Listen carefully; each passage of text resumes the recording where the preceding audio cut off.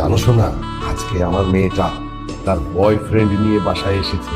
বিয়েটা যদি একবার হয়ে যায় আমাদের রাস্তা কিন্তু ক্লিয়ার। আমি কিন্তু তখন তোমাকে দিয়ে দেবো। বাবা একটু রাগি, কিন্তু ভয় পেও না। ঠান্ডা মাথার সব প্রশ্নের উত্তর দেবেন, ঠিক আছে? একটু দেরি হয়ে গেল, বিরক্ত হচ্ছিলে না তো? জি না আঙ্কেল। উত্তর দিল কে? বাবা তাসিনই উত্তর দিয়েছে। এ কেমন মানুষ?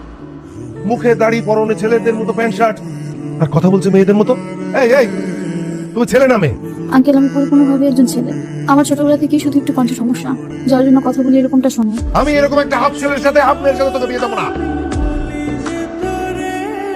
কি রে, তোর সুগার ডেট নাকি?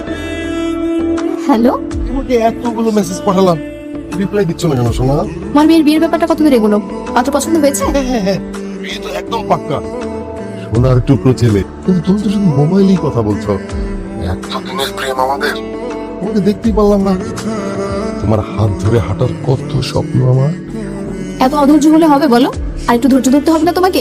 আমরা খুব শীঘ্রই দেখা করবো, ঠিক আছে? আপাতত বাবা ডাকছে, আমি ফোনটা রাখি, কেমন? ওকে, বাই। কালকে তোমার জন্য আমি একটা শাড়ি গিফট পাঠাচ্ছি, ওটা হাতে পেলেই দেখবো যে মন ভালো হয়ে যাবে।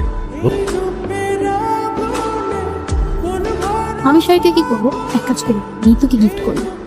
মা, কাল জন্মদিনে তুমি আমাকে যে কাস্টমার শাড়িটা গিফট করেছিলে, সেটা আমি খাটের উপর রাখছি, কিন্তু এখন কোথাও খুঁজে পাচ্ছি না। শাড়ি আবার যাবে কোথায়? শাড়ির কি হাত পা আছে, কোন দিকে খেতে চলে গেছে? বাবা, আমি এটা শাড়ি খুঁজে পাচ্ছি না, তুমি কি কোথাও দেখেছো? তোর তো ব্যাপার, আমি কি শাড়ি পরি নাকি? হ্যালো, তুমি কি আজকে আমার সাথে একটু দেখা করতে পারবা? আমি তোমার জন্য একটা গিফট নিয়ে আসছিলাম, সেটা তোমাকে দিতাম। আমি নিজে পছন্দ করে তোমার জন্য একটা শাড়ি কিনে আনছি, দেখো।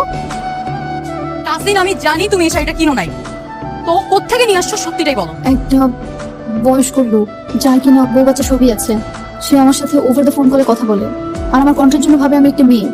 আর উনি আমাকে ফোনে কথা বলতে বলতে এতদূর পর্যন্ত এগিয়ে আসছে যে একটা শাড়ি আমার কাছে গিফট করে কুরিয়ারে পাঠিয়েছে।